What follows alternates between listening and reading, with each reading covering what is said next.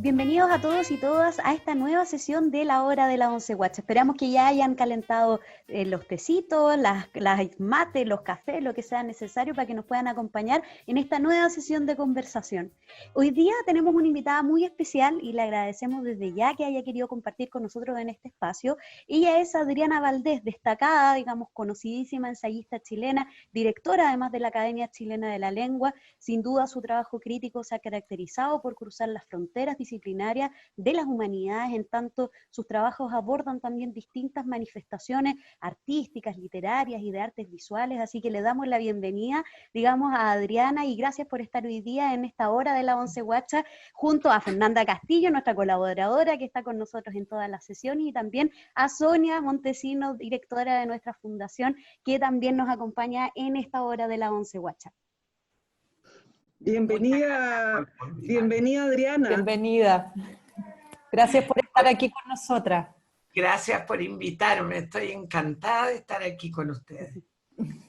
Oye, querida Adriana, mira, a mí me encantaría que conversáramos de algo que no lo hemos podido hacer salvo por estos medios Twitter o WhatsApp, digamos, y que creo que es muy importante porque fue algo que ocurrió de una sincronía de dos organizaciones, digamos, ¿no es cierto?, respecto a los temas de los duelos, de la muerte, y yo sé que tú estás involucrada muy fuertemente, digamos, en este hecho ritual, digamos, que ocurrió, Sí. Y me encantaría, no sé, y también que le cuentes a la Alejandra y a la Fernanda que participaron en las ofrendas para un adiós, ¿ya? También cómo fue, porque esta sincronía fue muy increíble, fue algo que ocurrió así tan espontáneamente, porque nunca conversamos, nunca nada, y esto se juntó. Entonces, ¿cómo nació la idea de ustedes de hacer esto del minuto de silencio, prender las velitas? El asunto creció y nació en muy poco tiempo, fíjate, porque este es un proyecto en el que yo estoy en el directorio, que se llama el Proyecto Moquita, y que se trata de crear conversaciones en torno a la muerte, no en sentido macabro, ni en el sentido de poder incorporar esto, que es lo único cierto que sabemos que nos va a suceder, poderlo conversar. Porque cuando uno empieza a hablar de la muerte con su entorno, la gente cree que estás deprimida, que tienes un problema, que empiezas a complicar a medio mundo, y resulta que no es ese el asunto, es que hay un tema sobre el que normalmente parece poco sociable hablar, y que sin embargo es un tema que necesitamos socializar.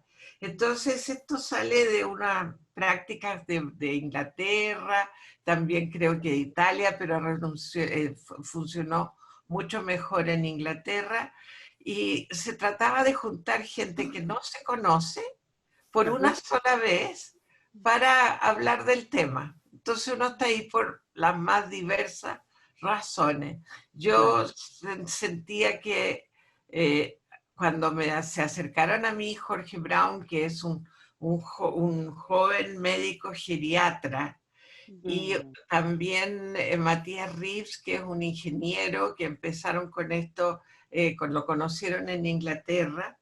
Están acá en un directorio con el doctor Juan Pablo Beca, que es especialista en ética, y con la Verónica Rojas, que trabajan en cuidados intensivos. O sea, hay gente de la salud, pero también gente no de la salud, pero que nos interesa y que creemos que tenemos algo que aportar, ya sea porque nos ha tocado acompañar, porque como se reía ayer el doctor Beca, decía, experiencia no tenemos ninguno, pero todavía no nos hemos muerto ni uno. No podemos contar todavía cómo es.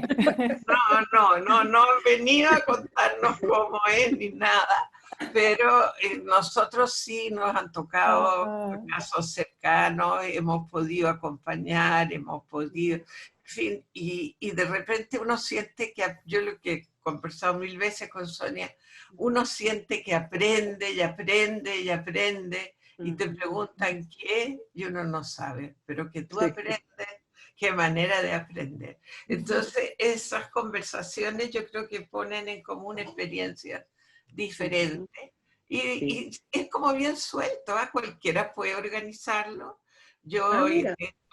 yo de hecho traduje una pequeña, porque uno como tú lo puedes organizar porque tú eres un catalizador nomás, tú no Claro. vas con ningún mensaje, no vas con ningún mensaje, no hay ninguna, cuando yo estuve, pues tú había una señora que era ferviente partidaria de la eutanasia, había Ajá. gente que no hay ningún mensaje, tú catalizas la conversación.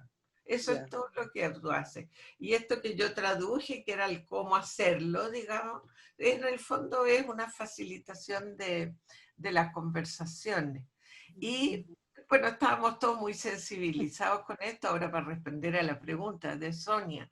Y de repente Jorge Brown dijo, yo encuentro que es algo terrible que la gente se esté enterrando sola, Claro. que no haya un rito, que eso es terrible. No sabemos si para el muerto, pero ciertamente sabemos que es Para malísimo para todos nosotros, que no podemos ir a abrazar a nuestros amigos cuando tienen pena, que no Exacto. podemos, y que esa cosa como de rito de decir a mí me importa, se queda en la esfera puramente privada, donde Sí. finalmente tú no recibes, nadie te reconforta a ti y tú no reconfortas a nadie. Entonces, él inventó esto porque dijo, bueno, estamos en cuarentena, nadie puede salir. En ese entonces la cuarentena era todavía más generalizada. No se puede salir. Podemos poner una vela, porque una vela se ve, y Claro. podemos dar vuelta en las redes sociales con algunos mensajes. Entonces él me pidió que yo encontrara poemas y yo Sí. encontré fragmentos que se podían poner en Twitter. Y de hecho, fíjate, yo inauguré el año académico con uno de esos Sí. fragmentos. Sí, uno de Vallejos potente. Vallejo, ¿no? De Sí. Antonio Machado. De Machado, sí, espectacular. Sí. Señor, ya me arrancaste lo que yo más quería. Ese asunto fue impresionante. Yo creí que se me iba a quebrar la voz cuando lo decía. Sí. Y me Sí. tiritó. Pero no. Pero tú dices, claro, hay mucha gente que se va sin que nos podamos ayudar unos a otros a soportar eso. Y cuando me di cuenta que ustedes estaban en lo mismo, ese es porque tú y yo somos bien próximas, Sonia. O sea, tú estás siempre en mi mente, yo siempre te estoy leyendo, sabiendo de ti, pensando en ti. Yo me considero muy amiga Sí, tuya. Y por fíjate, supuesto. que hayamos coincidido de repente, y fue muy generoso también que ustedes lo extendieran del sábado hasta el martes, de manera que pudiéramos coincidir ese día.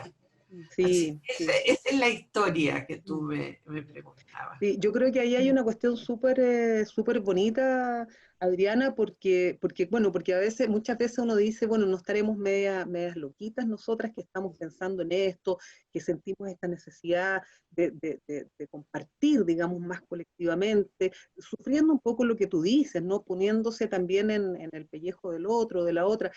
Yo misma viví con mi mami, ¿no? De su funeral, te fijas tú y la imposibilidad, porque no se murió de COVID, pero estaban todas estas restricciones. Entonces, todas las culturas, todas las sociedades hemos inventado estos ritos que median en este dolor que sentimos, ¿no? De esto que tú lees en ese poema, esto que se te arranca, ¿no? Entonces, todas las culturas, desde la más antigua, desde que nos levantamos y nos erguimos como primates, ya hemos hecho estos ritos de exorcización del dolor, digamos, de la pérdida. Entonces, claro, uno de repente dice, estamos medio locos, y de repente o loca, y de repente cuando veo lo tuyo y aparece en el Twitter, fue así como, ¡ah, qué maravilla! Porque, ¿me entiendes? Porque no estamos solas ya en esta idea. Exacto. Hay algo y un sentimiento compartido, entonces en ese sentido fue muy lindo, o sea, fue muy potente, y todo lo que pasó ahí fue muy increíble.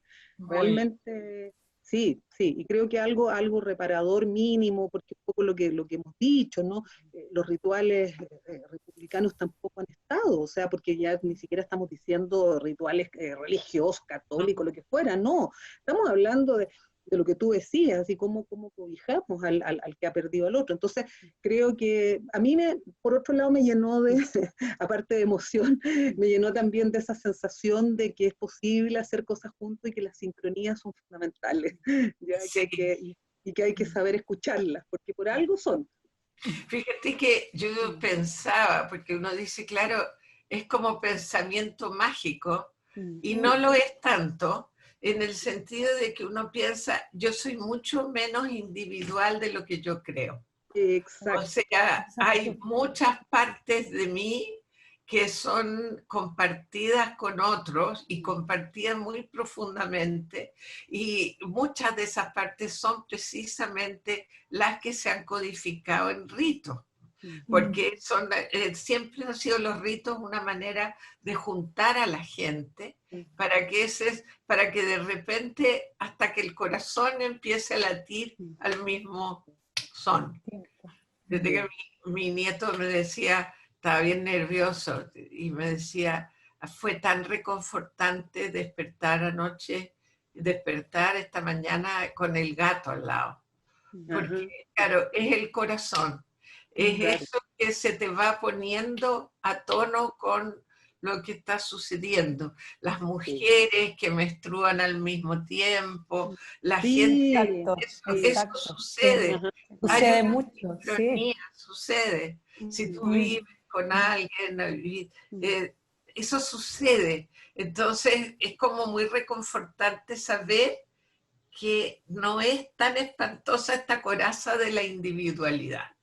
Sí, porque es de esa soledad espantosa que es ser individuo. Sí, totalmente. Totalmente. Y Adriana, continuando con lo que tú comentas de todo este ser más social y viéndonos enfrentados ahora a estos momentos tan complicados, pero tan esperanzadores en cierta medida también con respecto a lo que estabas hablando. No podemos dejar de preguntarte por qué es la escritura, ¿Qué es para ti la necesidad de cultivar la lectura y todos estos ritos tan importantes para las personas, para los seres humanos, sobre todo ahora en estos tiempos? Y te queríamos preguntar un poco cómo lo ves tú eso, desde tu punto de vista más personal y humano. Quizás te lo han preguntado muchas veces desde un punto de vista más académico. Nosotros queremos escuchar a Adriana desde, como decías tú, del corazón que late, en consonancia con lo que vivimos y con las personas. Y también queríamos preguntarte a ti, ¿qué recomendaciones, más allá de un título, sino que a nivel de temáticas nos podrías dar, y a nosotras, como mujeres seguidoras tuyas, pero también a las personas que nos van a escuchar? Me hiciste muchas preguntas, Sí, pero todas desde tu corazón. que voy a partir de ahí, que es como un lugar. Eso. ¿No? Fíjate, y voy a partir por un lado bastante curioso y extraño. Todo el mundo piensa que yo soy bastante loca porque estoy mucho en Twitter. No, te seguimos, lo pasamos muy bien. Pero lo que pasa es que todo el mundo me dice, pero ¿cómo te metes en ese lugar que es de una hostilidad terrible, a veces de una ordinariez que tú dices, ay, pero ¿cómo? Y es como peligroso, y la gente se reta. El último que me retó, me encantó, fue Boric. Boric me retó. ¿Por qué? Está muy bueno. Está muy bueno. Por el lista. anoche yo dije, yo no soy nada que termine en ista, porque nací Sí, sí. no nací ni para militar, ni para... Entonces, él que es hombre, por supuesto, él me explicó. Ah, ¿No? ya. ¿Sabes? Los Ya. hombres a uno le explican. Sí, por supuesto. Claro. Entonces, él me, como dice la Rebeca Solnit, él me explicó. Ya. Entonces, porque claro, naturalmente si yo digo una cosa así debe ser porque no sé, porque soy ignorante, ¿ves? No es porque tengo una experiencia distinta. No, obvio. Claro, no, obvio, obvio. Entonces los hombres me explican cosas. Men explain things to me. Sí. La edad que Qué tengo, hay heavy. caballeros que me dicen mijita. Y yo digo, ¿cuánta no. edad tiene que tener uno? Para que un señor que es 3 años mayor que tú se diga mijita. Es de Ay, morirte qué cosa. de la risa, ¿verdad? Es Es muy de morirte chistoso. de la risa. Esto, bueno. Pero, ¿por qué en el Twitter? Porque yo en el Twitter siento mucho como una ola de los sentimientos. Aunque los sentimientos sean negativos, pero a Sí. veces no son negativos, a veces son muy distintos y hay como que uno pesca así al vuelo ciertas cosas que jamás se le habrían ocurrido y que de repente se socializan y tú dices, sí, tú dices para ti mismo, sí, esto yo también debería pensarlo, debería. Entonces, creo yo que esto de lo colectivo se da también de repente en estas redes. Uno tiene que protegerse un poco, claro, para que no le digan de una mil, en fin. Sí. Y que Sí. le dejen ser lo que es, porque tampoco no soy ninguna persona como un señor que me dice yo soy adrianista y yo le dije, no, por favor, mire que una amiga mía me dijo que me había caído del pedestal y yo qué culpa tengo que me suban a lugares ridículos.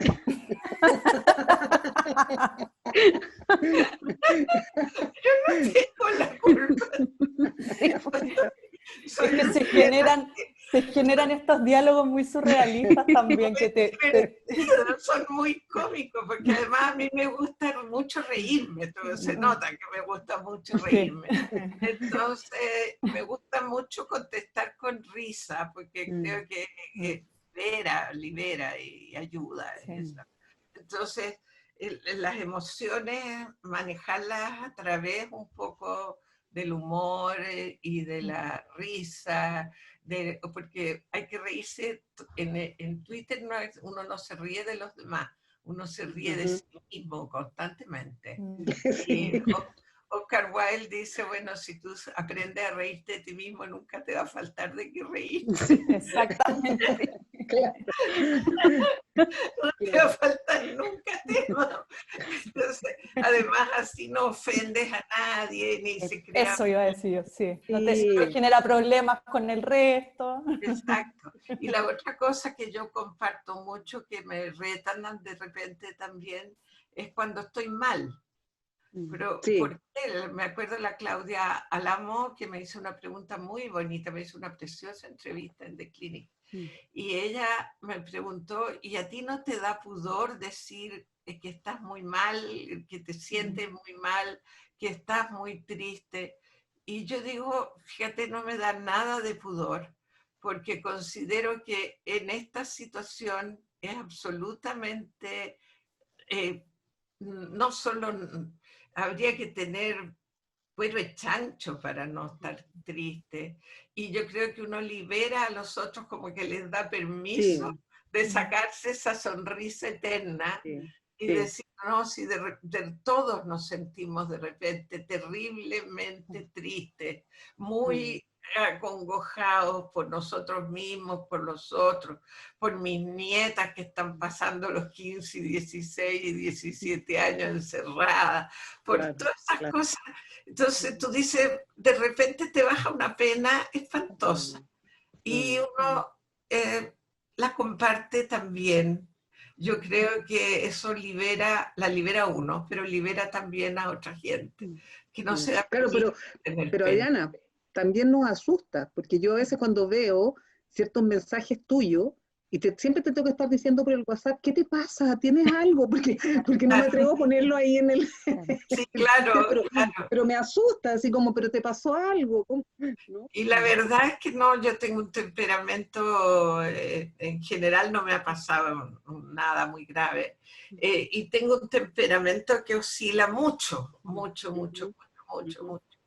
Entonces, esa parte también sin mucho pudor, yo la comparto, encuentro que no es tanto para que me consuelen, sino que para que otros que estén igual de mal no se sientan Sí, mal por estar así.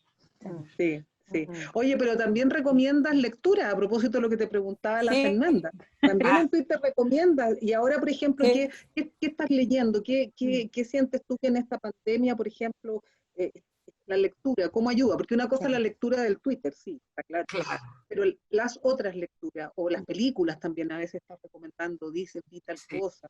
Las series también. Mm, La serie, sí.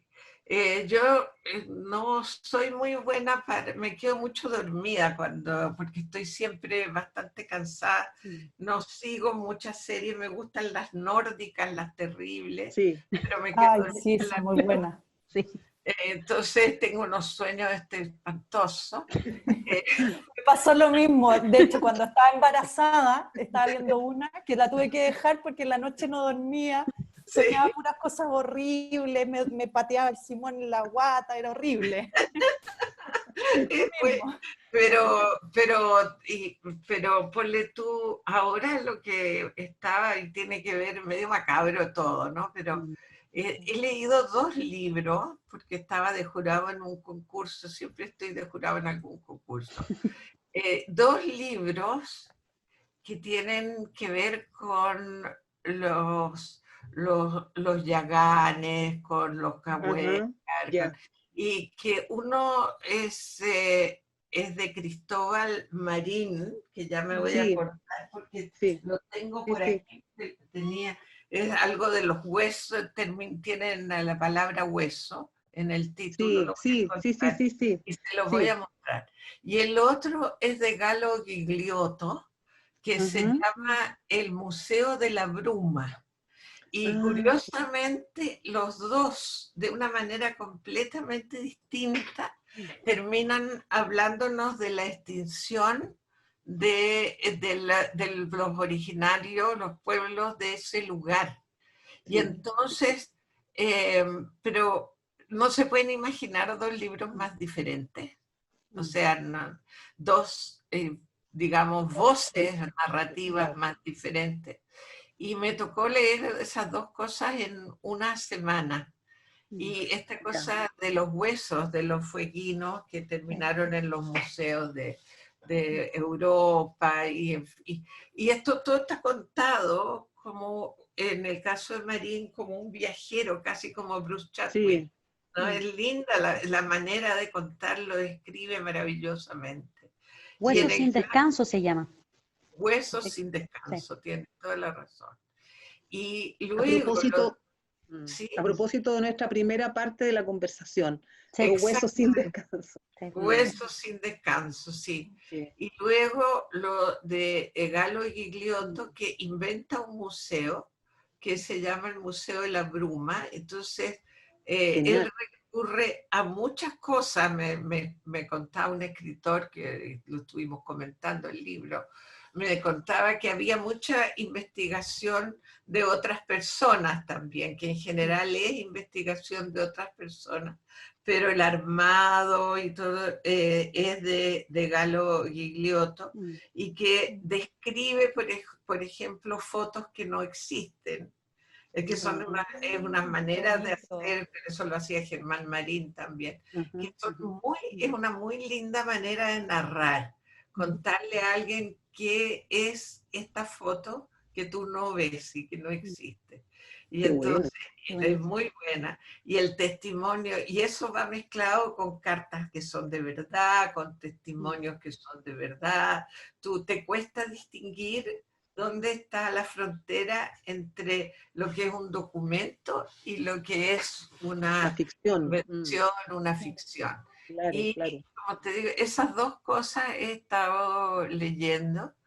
Y también otro libro muy bueno que recomiendo que se llama Taguada, que Ah, es sí, sí, pero sí, yo sí. no lo conozco, a ninguna de estas personas las conozco personalmente, no los leo Sí. porque son mis amigos. Sí, porque de eso me acusan mucho, que leo a mis amigos, como no lo voy a leer también. Pero Claro. Andrés Por Montero supuesto. está escribe esto sobre un encuentro totalmente fantasmal entre entre Sí. dos payadores El famosos. mulato Taguá y el señor de la Rosa, sí, El es Señor de genial. la Rosa. Sí, Entonces, la creación de todo ese momento, esos momentos fantasmales, y la relación con el verso popular, exacto. me, La me décima. Bello. produjo mucho interés a mí. Bueno, en total, esto de ser jurado de concursos, como dice María Eugenia Góngora, hace que uno aprenda mucho. Sí, no, es fantástico, sí, es verdad. Sí, sí, Es sí. Y verdad. nosotros aprender mucho de tu Exacto. aprendizaje. Y nos anotamos todos los libros para ir a buscarlos después. Oye, recomiendo porque Sí, además son unas sí, experiencias de lectura que uno cuando va a leer a veces lee por curiosidad y es infeliz, y otras veces por obligación. Rara claro. vez tú lees algo que tienes que leer y dices, pero qué felicidad estar leyendo esto. Sí, sí, Mm, fantástico. Sí. Es estupendo eso, sí. Ujú. Así es. Y las tres cosas son muy chilenas. Yo estaba últimamente muy chilena, a Ujú. pesar Sí, de que no es mi característica habitual, porque siento que uno está como más cerca de lo propio, que en estas circunstancias tan terribles uno como que busca su familia, busca lo sí. que tiene cerca, busca sus recuerdos, busca sus hermanos para que se acuerden de su madre o de su Ujú. padre, Ujú. busca lo que te da alguna historia, Mm. no lo que te anonimiza, sino que lo que Exacto. te da una historia. Mm.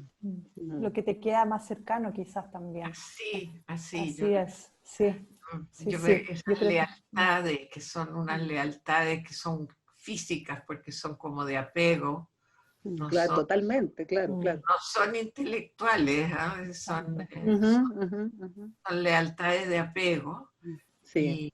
y, y esas a uno lo reconfortan en malos momentos. Mm, Sí. Es un mm. mal.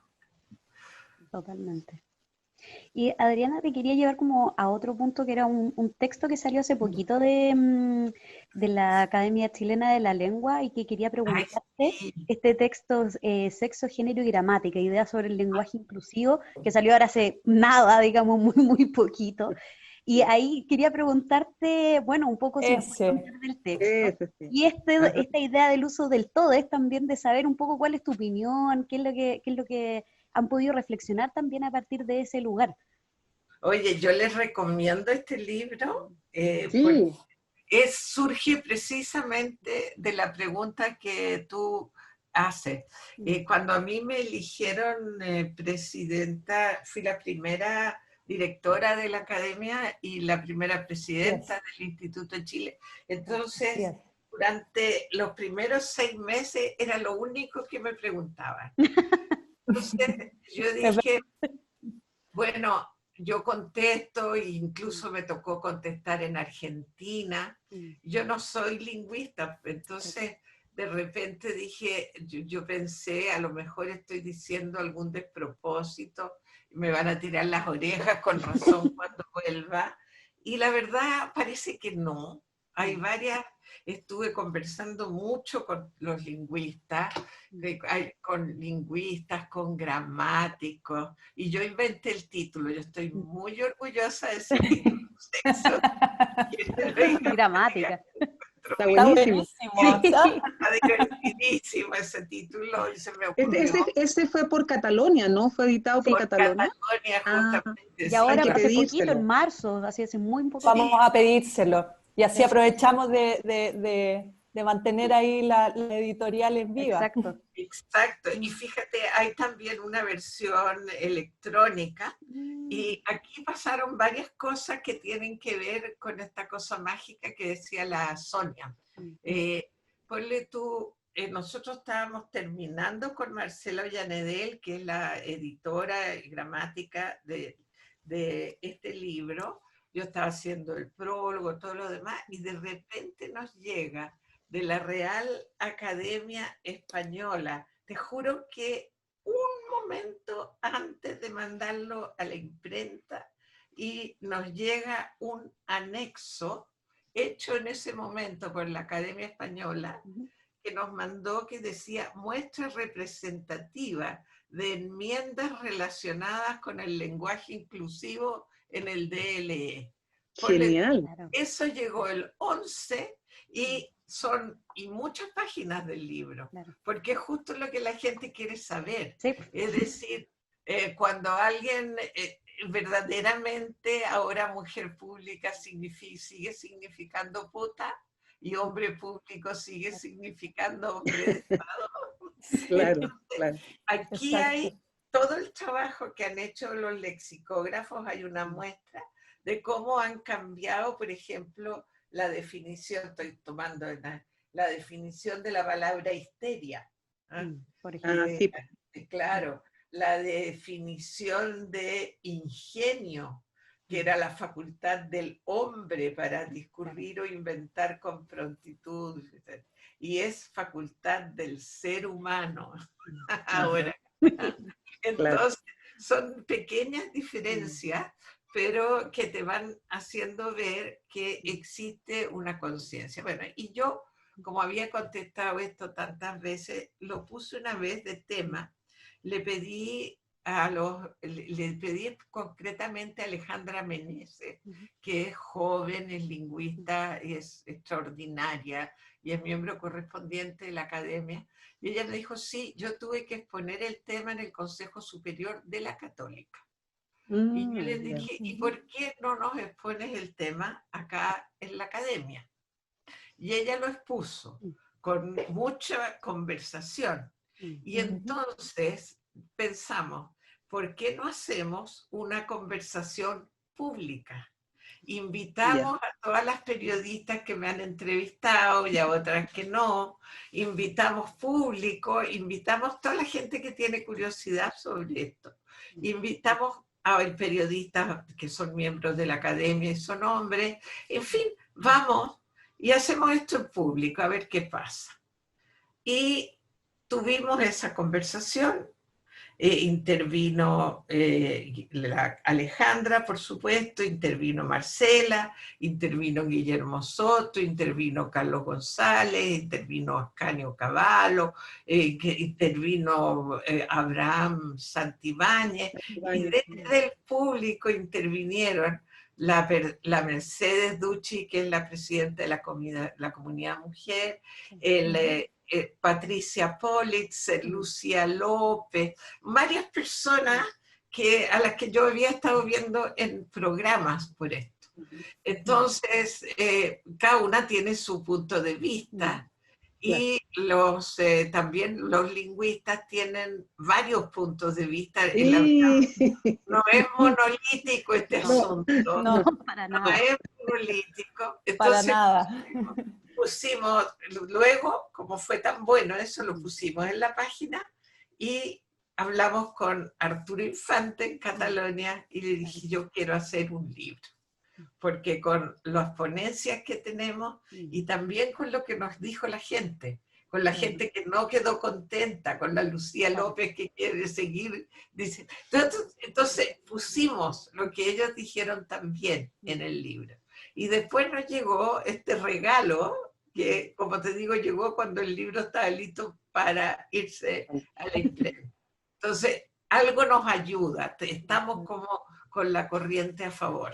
Y yo recomiendo el libro porque, primero, responde a muchas preguntas. Victoria Espinosa también colaboró con nosotros, que es la coordinadora de lexicografía. Responde muchas preguntas, deja muchas interrogantes, y además crea una cierta fascinación con la lingüística. Porque Sí. uno dice, Sí, pues. ¿qué interés tiene la lingüística? Y aquí se da cuenta. Claro, Cuando fundamental. Claro, Carlos González te dice, mira, hay una lengua que es el farsi, creo, que no tiene 2 ni 3 géneros, tiene 17 géneros. Ajá. Anda a escribir una novela con 17 géneros gramaticales. ¿Cuál es la diferencia entre la noción de género gramatical y la noción de género en antropología? Porque Claro. al usar la misma palabra se crean ahí un montón de... Entonces, eso está conversado en ese libro. Qué Y bueno. yo creo que es un aporte buenísimo. Íbamos a presentarlo, por supuesto, con bombos y platillos, pero las circunstancias... Ya sabemos. No. ¿Fue octubre o fue la pandemia la que paró el Octubre a lanzamiento? marzo. No, fíjate, íbamos a salir Marzo. para el Día Internacional de la Mujer. De la mujer, Claro, 8 para de ver- marzo. Marzo. Y 8 de entonces, marzo. para no salir el 8 de marzo, íbamos a salir el 15. Claro. Y ya sabemos. No, ya, Sí, no, ya no fue posible. ahí ya estábamos todos encerrados ya. Sí, totalmente. Pero Adriana, ¿cómo ves tú, por ejemplo, esta como lucha política, digamos, de las diversidades sexuales, etcétera, que abogan por este uso de todes? A mí me ha llamado la atención la incorporación de esta manera, digamos, de apelar, incluso en instituciones, ¿ah? De repente me ha tocado en universidades, academias, qué sé yo, de repente aparece el todes, ¿no? Todes. Incluso en la católica, por ejemplo, hubo al parecer una recomendación a los docentes que utilizaran lenguaje inclusivo. No es que los obliguen a usarlo, pero entonces, ¿cómo lo ves tú a la luz de lo que fue esa discusión que ustedes tuvieron y de este libro, digamos, ¿no? Claro, es muy interesante porque el libro llega a una conclusión bien clara. Una, que el idioma, la palabra, lo que es léxico, se puede cambiar con mucha facilidad. ¿Tú te acuerdas cuando para la primera candidatura de Michelle Bachelet empezaron, se siente Bachelet presidente? Claro. Aquí las cosas no Es rimaban. verdad, Sí, Ajá. es verdad, sí. Se siente, no rimaba. Pero ahora a nadie se le ocurre decir otra cosa que presidente. Ujú. O sea, el Exacto. léxico cambia perfectamente, sin ningún problema y con mucha rapidez y eso. Pero las cosas que son gramaticales, es decir, que determinan concordancia de números, Sí. todos estamos encantados de... Oye, anda tú. Justamente había ejemplos de las mismas dirigentes estudiantiles tratando de hablar este idioma, y este idioma, ¿qué pasa? No te deja hablar, Claro. te está imponiendo un cepo. Y entonces, ¿por qué? Porque las estructuras gramaticales son mucho menos conscientes que el hecho de decir presidente, presidenta, intendente, Exacto. intendente. Hay una cosa que es mucho más profunda. Entonces, si dificulta la comunicación, es difícil que se imponga, salvo como una cosa testimonial. O sea, yo oía a Michelle Bachelet de nuevo decir todas, todos, todes, y ella lo decía porque estaba en un contexto en que eso se entendía perfectamente. Claro. Y te Claro. decía a las periodistas, bueno, el día que tu abuelita o que tu sobrino hable así naturalmente, por supuesto que esto se va a imponer, pero es muy difícil, Es difícil. porque las estructuras gramaticales no se prestan. Y por lo Claro. tanto, a lo que llegamos nosotros es a recomendar algo, yo lo dije al final, algo bastante abuelístico, el tino. Me encanta eso holístico, maravilloso. El tino, es decir, hay ciertos lugares en que eso debes y tienes que decirlo porque es un abrazo que le estás dando a tu auditorio. Sí. A otros es un golpazo que estás diciendo algo como yo quiero que ustedes hablen de una manera que ustedes no quieren hablar. Entonces, el idioma, el lenguaje, se hace con el uso. El uso y el uso el cambio gramatical en el uso es muy difícil. Y el cambio léxico, en cambio, es muy fácil. Entonces, digamos, como conclusión, llegamos a eso, con hartos ejemplos, además, porque era bien difícil.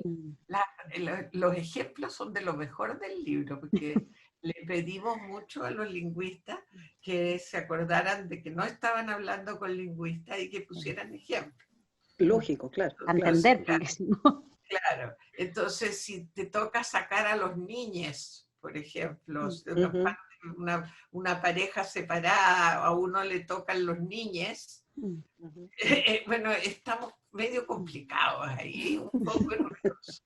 No fluye la conversación finalmente. No, oye, la conversación... ni en la mente ni en la situación. Sí, y eso es lo peor de todo. Exacto, teníamos la grabación de una chiquilla maravillosa, militante, que era la vocera además, y de la Católica en un momento, y empezó a hablar, y claro, terminó hecha un nudo. Y nosotros queremos que los voceros puedan hablar. Los voceros y las voceras y todos puedan hablar. No queremos que estén enredados con la lengua hecha un nudo. Claro, claro. Claro. Eso hay que pensarlo. Bueno, yo creo que las estructuras estas a las que tú aludes del lenguaje son como las estructuras de la cocina. Claro. Entonces, como ya se nos está pasando nuestra hora, tenemos una pregunta, ¿ya? Respecto a la hora de 11 y a lo que se come en la hora de 11.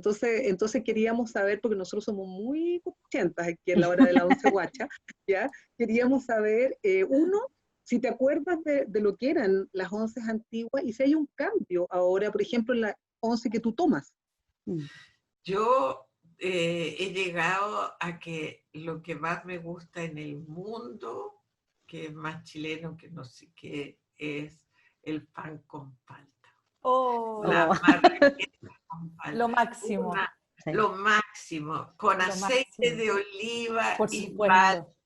Y la palta con cuchara. Qué rico. De todas maneras.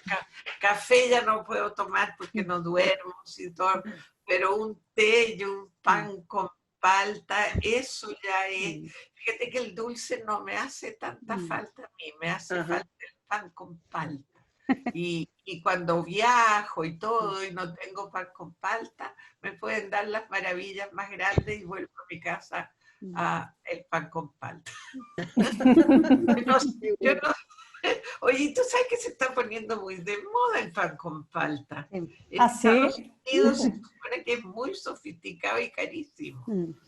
Claro, y en Europa igual. Oye, ¿y te acuerdas de tus 11, por ejemplo, cuando eras chica?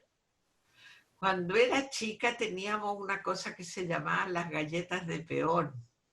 ¿Ya? Que se hacían, que eran redondas así, y se partían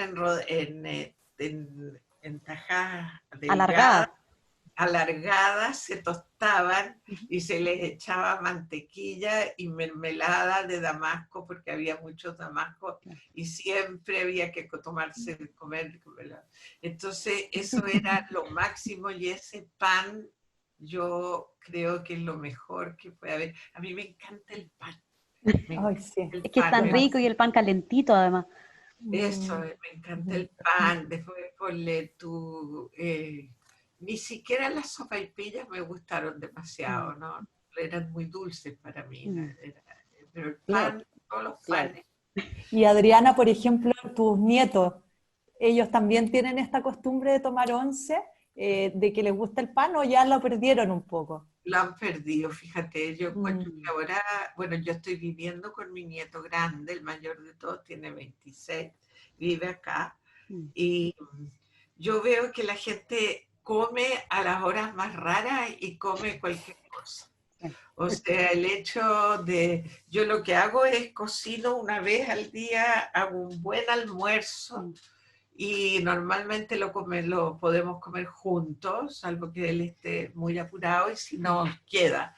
Pero a mí me gusta una comida, pero me doy cuenta que la tendencia es, además, que cada uno tiene su régimen.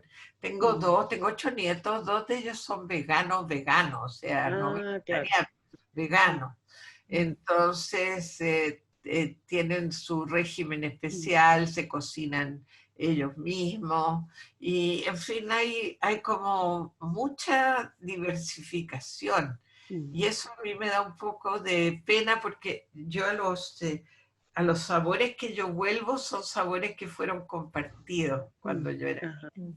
Y yo a lo que vuelvo son a las cazuelas, porque tú cuando estoy viajando y estoy muerta de nervios Sí. y llego en mi casa siempre, después de los viajes, yo viajaba mucho cuando tenía los niños chicos, me recibían con una cazuela de ave. Eso era lo que me reconfortaba, eran cosas de infancia. Eso. Y ahora no veo que sea tanto así. Pero todos cocinan, eso sí es bueno. Eso Los es hombres importante. cocinan, las mujeres Súper. cocinan. Todo eso es buenísimo. Eso es buenísimo. Totalmente. Bueno, entonces con esta pregunta un poco indiscreta ahí de saber cómo eran las 11 y qué come Adriana Valdés para su 11 con su pancito con palta, es que ya vamos cerrando esta hora de la 11 guacha. Le agradecemos a Adriana que se haya conectado con nosotros, que haya compartido desde su casa, desde este latido que también nos hablaba, que nos podemos sincronizar, conversar, así que agradecerte la disposición y que hayas estado en esta hora de la 11 guacha. También agradecer como siempre a Fernanda y a Sonia por estas conversaciones que sin duda son muy nutritivas, digamos, para todos y todas, y agradecerle a todos quienes nos están mirando, escuchando, que nos van a escuchar en los podcasts. Gracias por seguirnos, pueden dejar sus comentarios también al lado de la publicación y se las vamos a ir respondiendo. Así que muchas gracias y nos vemos en un próximo capítulo de La Hora de la 11 Guacha. Muchas gracias por invitarme. Se pasó volando, ¿eh? Para mí. Se nos